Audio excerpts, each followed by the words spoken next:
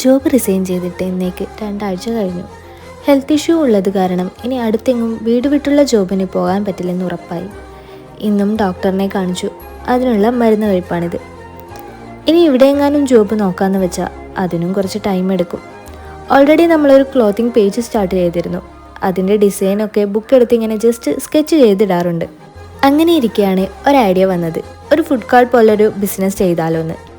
അപ്പോൾ ഇനി കുറച്ച് റെസ്റ്റ് വേണമെന്ന് വിചാരിച്ചപ്പോഴാണ് ഇങ്ങനെ ഒരു തോട്ട് വന്നത്.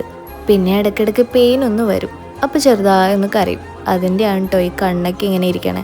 പിന്നെ ഫുഡ് എന്ന് പറയുമ്പോൾ നമ്മൾ വലുതായിട്ടൊന്നും ഇപ്പോൾ പ്ലാൻ ചെയ്യുന്നില്ല. ബൺ മസ്ക ഇപ്പോൾ ഭയങ്കര ട്രെൻഡിങ് ആയി നിൽക്കുന്നത്. അപ്പോൾ അതിൻ്റെ കൂടെ കുറച്ചും കൂടെ ഫ്ലേവേഴ്സ് ആഡ് ചെയ്ത് കൊടുക്കാമെന്ന് വിചാരിച്ചു. കുറച്ച് നേരം അവിടെ കാറ്റും കൊണ്ടൊക്കെ ഇരുന്ന് ഇങ്ങനെ വരയ്ക്കാൻ തുടങ്ങി.